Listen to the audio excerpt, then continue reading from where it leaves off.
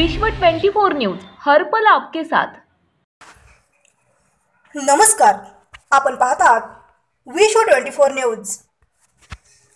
शिरवळवाडी साठवण तलावाबद्दल विश्व 24 न्यूज यांनी दिलेल्या बातमीची दखल वागदरी जिल्हा परिषद सदस्य आनंद तानवडे यांनी घेतली असून दिनांक 26/9/2021 रोजी माननीय कार्यकारी अभियंता पाटबंधारे विभाग सोलापूर यांना पत्र देऊन तलाव खालील वाहून गेलेला रस्ता व कॅनलवरील रस्ता ताबडतोब दुरुस्त करून मिळावे म्हणून पत्र दिले आहे।